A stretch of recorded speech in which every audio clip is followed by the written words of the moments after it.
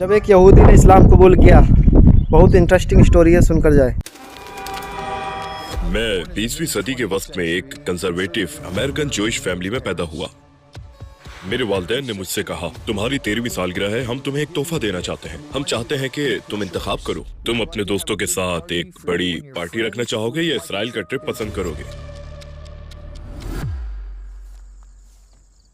तो तकरीबन 100 मील के बाद मैंने कहा मैं उतरना चाहता हूँ।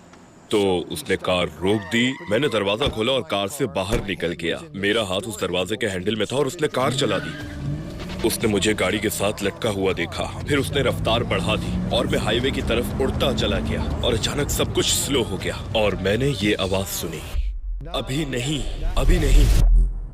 फिर मैंने सच्चाई की तलाश शुरू कर दी और मैंने बाइबल का बहुत मुताला किया और मैं 3 साल के लिए एक खानकाह में जा पहुंचा। अगर कोई 1 मिनट पहले बताता कि मैं मुसलमान हो जाऊंगा तो मैं बहुत हंसता। और जब मैंने अपने बेटे को बताया तो उसने मुझसे कहा, डैड, अगर आप एक नजर बाइबल पे डालें और गॉस्पेल पे तो आपको मोहम्मद मिलेंगे। अगर आप यहाँ, यहाँ और यहाँ देखें। किताब पे नजर डाली तो अल्फाज मेरे सामने सहजहती अंदाज में उभरते महसूस हुए। अल्फाज जैसे मुझ पे रोशन हो गए। जब मैंने एक दफा देख लिया तो नजरअंदाज न कर पाया।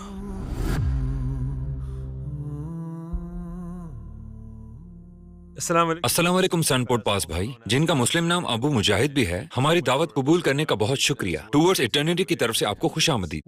वालेकुम अस्सलाम। मुझे मदु करने के लिए आपका शुक्रिया। इस खूबसूरत कहानी को शेयर करना मेरे लिए किसी नेमत से कम नहीं। अल्हम्दुलिल्लाह, अल्हम्दुलिल्लाह, हम बहुत शुक्रगुजार हैं। तो मैं शुरू करना चाहता हूँ कि अबू मुजाहिद कौन है, अपनी जिंदगी के बारे में मुख्तसरन बताएं। मैं 20वीं सदी के वस्त में पहली नस्ल के कंजर्वेटिव अमरीकी यहूदी वालिदैन से था। मेरी परवरिश इसी अकीदे पे हुई कि सुनो ए इसराइल, खुदावंद हमारा खुदा एक है। मैं एक अमरीकी सोसाइटी में पला बड़ा। अपने घर में कौशर कवानीन और सब पर गौर व फिक्र करता। जब मैं बड़ा हो रहा था तो कुछ वाकयात पेश आए। जब मैं 14 साल का था तो कैनेडी को गोली मार दी गई। मैंने हर चीज पर सवाल करना शुरू किया, जिसने मुझे इस बात की तलाश पर लगा दिया कि इस दुनिया में हकीकत में क्या हो रहा है। 14 साल की उम्र में मेरी जिंदगी इसलिए बदल गई क्योंकि मैंने चीजों को मुख्तलिफ अंदाज से देखना शुरू किया और सच्चाई की तलाश शुरू की। और कॉलेज से खानका का सफर शुरू किया मराकबा के लिए। और मैं 60 साल की उम्र में मुसलमान हुआ, जब मुझे एहसास हुआ कि ये सब एक ही कहानी है। ये मुख्तलिफ कहानियां नहीं बल्कि सब मुंसलिक हैं। इसीलिए मैं 16 साल पहले मुसलमान हो गया। इस्लाम से पहले आपकी जिंदगी कैसी थी? मतलब आप किस चीज पर यकीन करते थे? मुझे हमेशा से यकीन था कि खुदा एक है। मैंने अपनी 9 उम्री तक यहूदियत की पैरवी की। जब मैं कॉलेज गया तो मैंने इर्द गिर्द देखना शुरू किया। मैं मुख्तलिफ चीजों को खोजने, दरियाफ्त करने, अलग अलग तजुर्बात हासिल करने और बहुत से सवालात पूछने लगा। कुछ चीजों ने मुझे मेरे अकायद पर सवाल उठाने पर मजबूर कर दिया। जब मैं छोटा था तो हम ऐसे शहर में रहते थे जहाँ एक यूनिवर्सिटी थी और वहाँ घर होते थे जिनको हिलेल हाउसेस कहते थे। हिलेल पुराने दौर में एक अच्छा उस्ताद गुजरा है और वहाँ एक रबी होता था और उस कॉलेज के स्टूडेंट्स वहाँ जाकर इबादत करते। वो कॉलेज के स्टूडेंट्स को मुंसलिक रखने की कोशिश करते। तो मैं बहुत छोटा था जब हम कोलंबिया मैसूरी में रहते थे और मेरे वालिदैन हमेशा हमें फ्राइडे नाइट सर्विसेज पर ले जाते और मैं हमेशा उन यादों को बहुत मोहब्बत से याद करता रहा हूँ क्योंकि हम बुनियादी तौर पर शहादत का ही ऐलान करते थे। सुनो ए इसराइल, खुदावंद हमारा खुदा एक है। वहाँ पर गाना होता, मुख्तलिफ रसूमात होती, लेकिन सबसे अहम बात जो हमें एक साथ रखती थी कि हम तौहीद पसंद थे। हम एक खुदा पर यकीन रखते थे। जब मैं थोड़ा बड़ा हुआ मैंने इस बारे में सवालात पूछना शुरू कर दिए और जो कुछ बाइबल और तौरात में था यसू अलैहिस्सलाम के और दूसरों के बारे में, और वो हमेशा मुझे कहते इस पर ध्यान न दो, नहीं बिल्कुल नहीं, इस पर तवज्जो न दो, ये बिल्कुल गलत तर्जुमा है, यूं बात को टाल देते। मेरे मामले में यूं हुआ कि मुझे इस बड़े मौके के लिए तरबियत दी गई। ये एक अजीम मौका समझा जाता था जब एक लड़का जवान बनता है। उन्होंने मुझे एक कमरे में बिठाया जहां वाइनल और रिकॉर्ड प्लेयर था और कहा कि इसे याद करो। मैं कभी किसी रबी के साथ नहीं बैठा कि असल मानी सीख सकूं।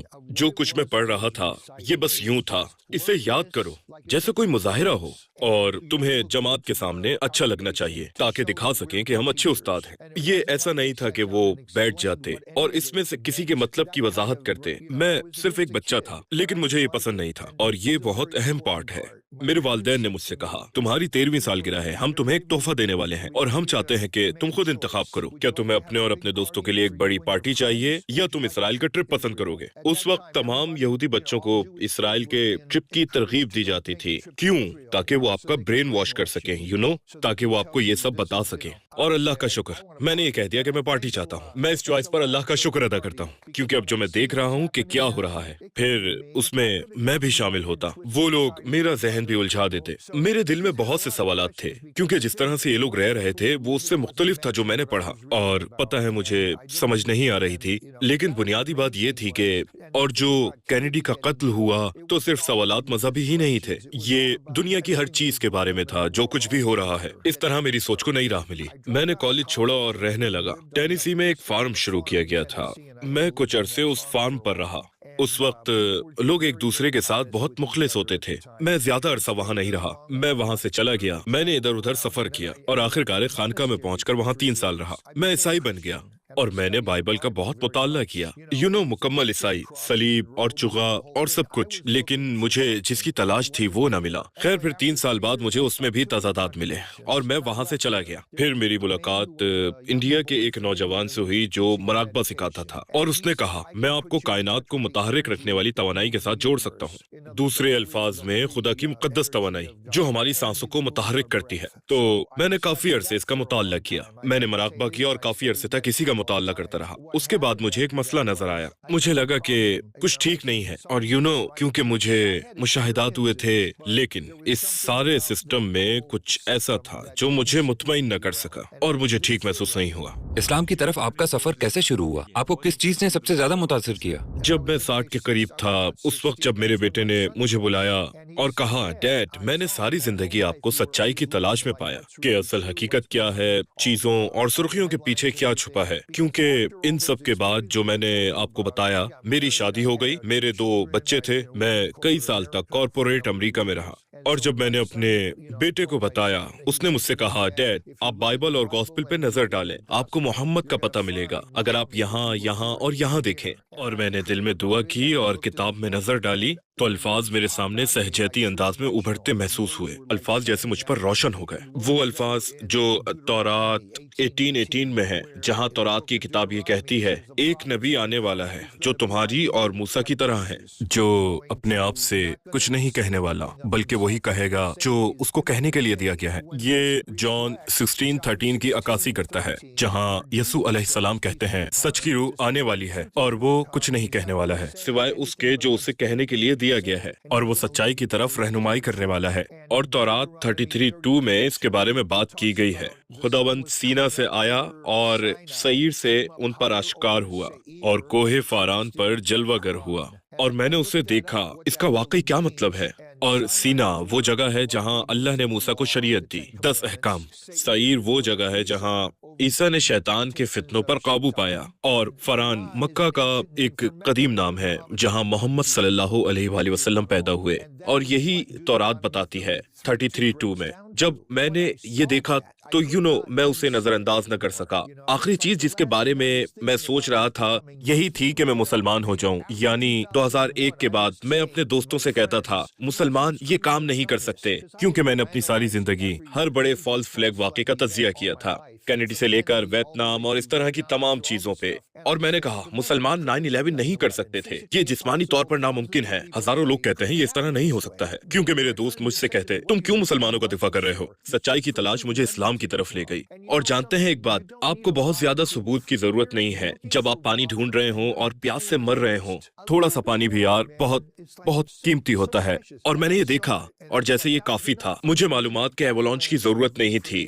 میرے لیے کافی تھا. اللہ نے مجھے کافی ثبوت دے دیے جس نے مجھے مطمئن کیا. کیا یہ وہ لمحہ تھا جب آپ نے محسوس کیا کہ اسلام ہی 100% سچا ہے؟ ہاں, یہ وہ حصہ ہے جہاں جب آپ پارکنگ لاٹ میں گاڑی چلاتے ہیں جہاں نوکدار کیلیں ہوتی ہیں اور وہاں لکھا ہوتا ہے اگر گاڑی کو بیک کیا تو ٹائر پھٹ جائیں گے. جب مجھے احساس ہوا کہ میرے پاس اس طرح کا تجربہ تھا, تم نے جو مانگا وہ مل گیا, اب تم پیچھے نہیں جا سکتے. یہ ایسا ہی ہے, یہ یک طرفہ گلی ہے, واپس مڑنے پہ آپ کو نقصان پہنچے گا. اور مطلب میں کسی مذہب کی تلاش نہیں کر رہا تھا, میں مذہب تبدیل کرنے کی کوشش نہیں کر رہا تھا. اگر کوئی 1 منٹ پہلے بتاتا کہ میں مسلمان ہو جاؤں گا تو میں ہنستا, لیکن اللہ نے مجھے سرپرائز کر دیا. اللہ نے مجھے دکھایا, اور یہ کوئی آواز نہ تھی جو کچھ کہہ رہی ہو, بلکہ یہ ایک موجودگی. جب مجھے اس کتاب اور اللہ اور محمد صلی اللہ علیہ وآلہ وسلم کے ساتھ یہ تجربہ ہوا تو جیسے یہ اس سب کا جواب تھا جو میں 14 سال کی عمر سے پوچھ رہا تھا. ये मेरे जहन में बहुत वाज़ेह था कि मेरा जो सवाल था, बड़ा सवाल कि आखिर क्या हो रहा है, ये जैसे मुकम्मल हो गया बगैर किसी के। मतलब मुझे ये टेलीग्राम या ईमेल पे नहीं मिला, ये सिर्फ एक एहसास है कि मेरा सवाल मुकम्मल हो गया। ये ऐसा ही था। अब मैं इस दुनिया को समझ गया हूँ कि ये सब क्यों हो रहा है और किस तरह हो रहा है। अब ये सब समझ में आता है। क्या आप हमें उन लम्हों तक ले जा सकते हैं जब आपने अपनी शहादत दी? आपको कैसा लगा?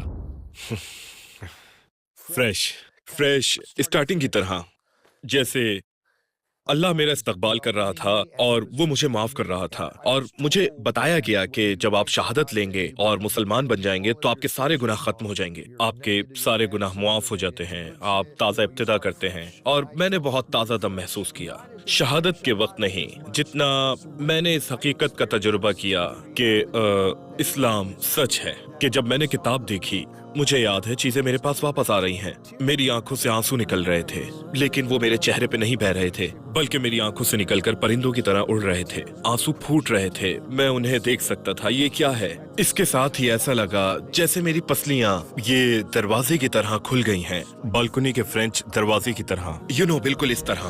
और मेरा दिल फट रहा था, लेकिन तकलीफ से नहीं, जोश से। और ये सब बैक वक्त हो रहा था।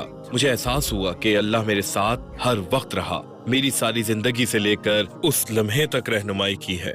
मुझे दिखाया है कि यही वजह है कि दुनिया इस तरह से है। यही वजह है कि जो सारे सवालात हैं, ये हर चीज का जवाब है। वाकई ऐसा होता है जब आप इस दुनिया और इसमें मौजूद हर चीज को देखें और देखें कि क्या हो रहा है और ये कि अल्लाह क्या कहता है। आप कहते हैं ये सही है, अब ये समझ में आता है। आपके अहले खाना और दूसरे लोगों ने आपके इस्लाम कबूल करने पर कैसा रद्द-ए-अमल दिया? मेरे खानदान में कुछ लोग मुझसे अब बहुत ज्यादा बात नहीं करते थे, बस सिर्फ फैमिली फंक्शंस में ही करते, और कुछ लोग मेरे साथ बाकायदगी से राब्ते में रहते और इस बात को नजरअंदाज किया। हमारी जिंदगी के इस हिस्से से डील नहीं करते, हम फैमिली में रहते हैं। कुछ लोग समझते हैं कि मैं पागल हूँ। कुछ दोस्त यार मुझे ऐसे ही कबूल करते हैं जैसे मैं हूँ, कुछ नहीं करते। बहुत कम लोगों ने सवाल किया। मुझे लगता है कि वो कर लेंगे वक्त गुजरने के साथ, जैसे दुनिया तरक्की करती है। मेरे ख्याल में अब ज्यादा से ज्यादा लोग जानना चाहते हैं कि क्या हो रहा है, उन चीजों के बारे में जिस पे हम यहाँ बात कर रहे हैं। क्या आपको कभी मुसलमान बनने पर अफसोस हुआ? नहीं, मैं ऐसा ही था। कभी नहीं। मुश्किलात पेश आई, लेकिन मुझे कभी इस पर अफसोस नहीं हुआ। नहीं, कभी नहीं। कभी कभी मैं खुद से पूछता हूँ, मुझे हैरत है कि अल्लाह ने मुझे 60 साल तक क्यों छोड़ा, और फिर मैं अल्लाह से इस बारे में सवाल नहीं करता, बिल्कुल नहीं करता। लेकिन मुझे हैरत होती है क्यों उसने मुझे 60 साल तक भटकने दिया, और शायद मुझे ऐसे होना था। उसने इसराइल के बच्चों को क्यों भटकने दिया, उसने क्यों होने दिया, वो लोगों को भटकने क्यों देता है? इसकी वजह शायद ये है कि जब वो उसे ढूंढते हैं तो फिर वो उसकी कदर करते हैं, या शायद वो तजुर्बा हासिल करते हैं कि वो भटक कर वापस आ सकते हैं। मैंने अपनी जिंदगी में बहुत सी चीजें की और अब मैं मुड़ सकता हूँ। मैं जिंदगी के मुख्तलिफ शोबों में मुख्तलिफ लोगों के साथ बातचीत कर सकता हूँ और उनके लिए राब्ते बनाकर और उनको समझने में उनकी मदद करता हूँ। क्या आपने कभी किसी गैर मामूली वाकये का तजुर्बा किया जहाँ आपने महसूस किया कि आपका अल्लाह के साथ कोई खास ताल्लुक है? हाँ, 1-2 बार। जब मैं मरने ही वाला था, बल्कि मुसलमान होने से पहले भी, मैं हिचहाइकिंग कर रहा था और मैं एक लड़के के साथ उसकी कार में सवार हुआ। ये 1971 में ओहायो टर्नपाइक की बात है। खूबसूरत दिन, धूप निकली हुई, हम साथ चल रहे थे और वो बात नहीं कर रहा था, वो एक लफ्ज नहीं कहता। ये गैर मामूली और अजीब था। आमतौर पर लोग आपस में बात करते हैं। तो तकरीबन 100 मील के बाद मैंने कहा मैं उतरना चाहता हूँ, तो उसने कार रोक दी। मैंने दरवाजा खोला, मैं कार से बाहर निकला, मैं अपनी तरफ से निकल गया। मैंने अपना बैग लेने के लिए पिछला दरवाजा खोला, मेरा हाथ दरवाजे के हैंडल में था, जहां आप अपना हाथ रखते हैं और अंगूठे से दबाते हैं, और उसने कार चला दी और उसने मुझे देखा। उसने मुड़कर मुझे देखा भी। उसने मुझे कार पर लटकते देखा और स्पीड बढ़ा दी। मुझे लगता है कि उससे लगा कि मेरे पास बैग में कुछ कीमती सामान है। मैं उसकी बेंच सीट पर देख सकता था। मैंने देखा वो 70-75 मील फी घंटा पे था। किसी तरह मेरा हाथ आजाद हुआ और मैं हाईवे की तरफ जा गिरा, और अचानक सब कुछ स्लो हो गया। सब कुछ स्लो मोशन में चला गया और मुझे कोकून जैसा महसूस हुआ। मेरे चारों तरफ रोशनी की एक कोकून थी और मैंने ये आवाज सुनी। ऐसा ही था जैसे मैंने ये आवाजें सुनी, अभी नहीं, अभी नहीं।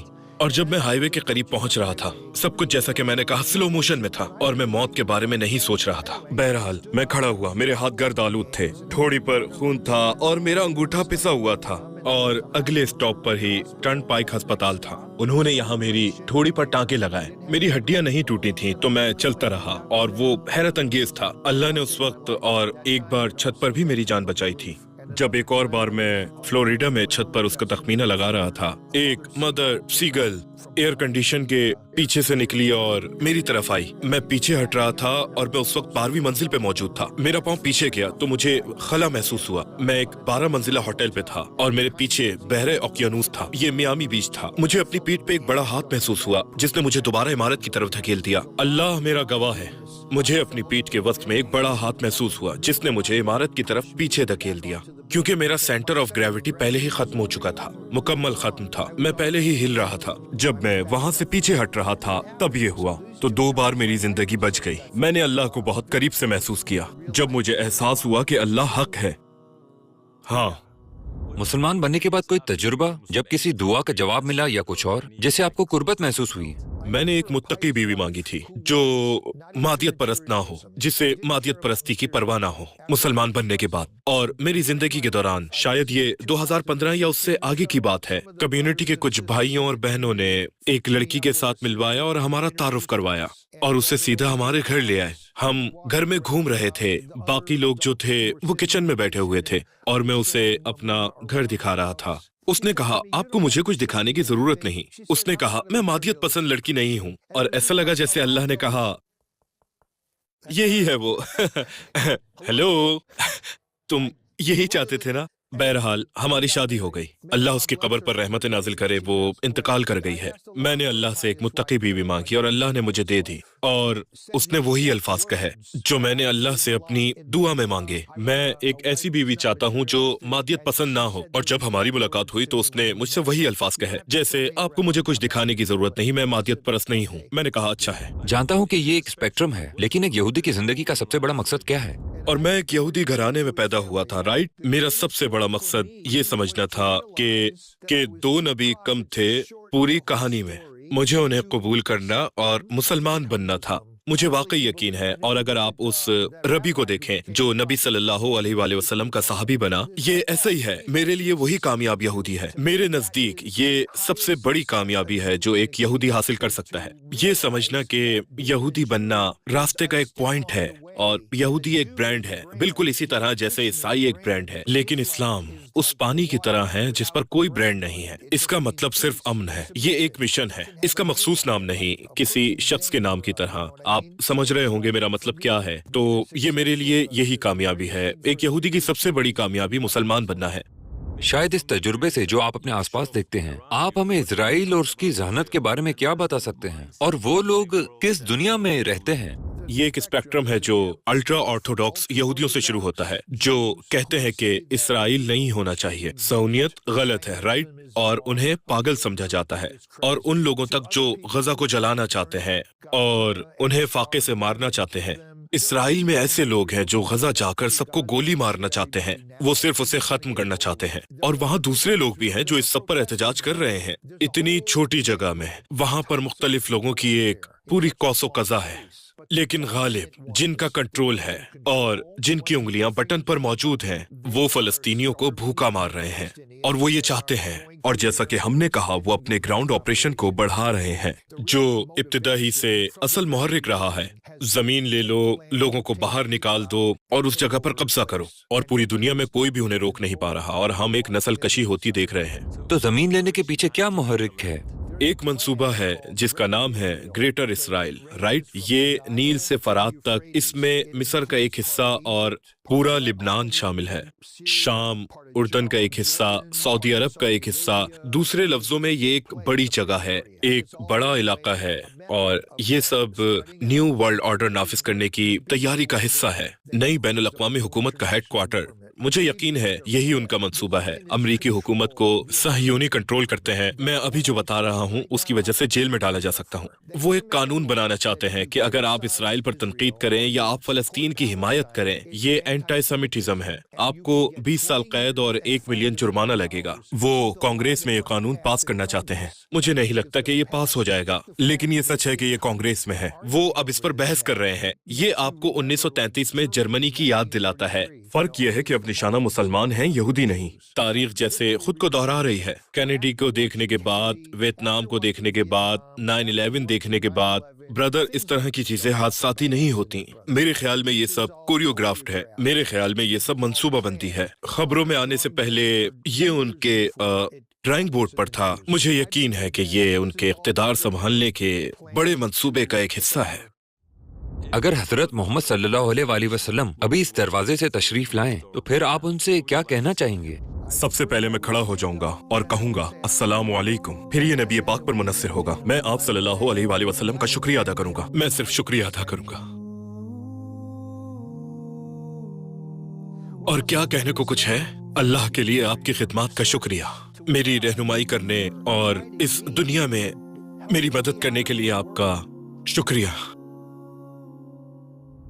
इस सारी जिंदगी गुजारने के बाद जैसे 75 साल की जिंदगी में सच्चाई की तलाश की और आखिरकार सच्चाई मिल गई। अगर आपको 1 मिनट खिताब करने का मौका दिया जाए पूरी अमेरिकन कम्युनिटी से या फिर एक सुपर बाउल कमर्शियल में पूरी दुनिया से, तो फिर आप सिर्फ 1 मिनट में क्या कहना चाहेंगे? बस उन बातों का खुलासा बताएं। हर कोई आपकी बात सुन रहा है। आप सबको सलाम। मेरे पास ज्यादा वक्त नहीं है, बस 1 मिनट है, तो मैं आपसे सीधी बात करूंगा। आप जो भी हो, जहां भी हो, जैसे भी हालात में हो, मुझे सिर्फ ये कहना है, अल्लाह के सिवा कोई इबादत के लायक नहीं, जो आपके और मेरे दिल की धड़कन का सबब है। और मोहम्मद सल्लल्लाहु अलैहि वसल्लम उसके वो आखिरी रसूल हैं जिसकी खबर मूसा अलैहिस्सलाम और ईसा अलैहिस्सलाम ने दी। दूसरे सहीफों ने भी, जैसे वेद में। वो इस पूरी दुनिया के रसूल हैं। उन सब पर सलामती हो। मैं हर एक को अपना पैदाइशी हक दरियाफ्त करने की दावत देता हूँ। ये ऐसा नहीं है जैसे टेलीविजन पर है। जरा सीखें कि इस्लाम क्या है और घर आ जाएं। भाई अबू मुजाहिद, हमारे साथ अपनी कहानी और खूबसूरत ख्यालात बांटने के लिए आपका बहुत शुक्रिया। अल्लाह आपको जज़ा दे और इंशाअल्लाह आपको जन्नत नसीब करे। और आपको भी, और आपकी तमाम टीम को भी। मैं बहुत शुक्रगुजार हूँ कि अल्लाह ने मुझे चुना। मैं बहुत शुक्रगुजार हूँ। अल्लाह आपके काम को आसान बनाए और उसे मुयस्सर बनाए। अल्लाह आपकी कोशिशों के जरिए बहुत सारे लोगों के दिल खोल दे।